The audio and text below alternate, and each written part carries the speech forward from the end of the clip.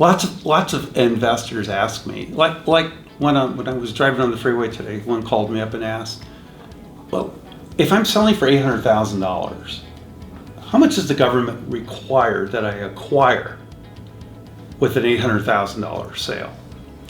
Here's the answer. The government allows you to pay for your non-recurring closing costs, the expenses to sell. Those are one-time closing cost expenses. That would include your real estate agent, because you have to pay a commission.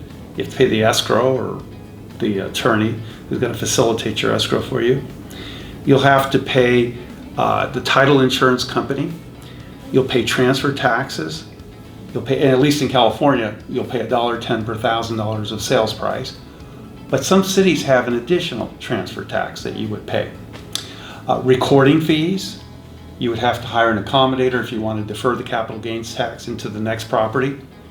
So the bottom line is there are those one-time costs to sell. The government allows those costs to come out of the proceeds of your sale as what they call a non-recurring closing cost. So for example, if I sold for $800,000, but it cost me $50,000 in all those fees, the government now requires that I reinvest it for $750,000 or greater.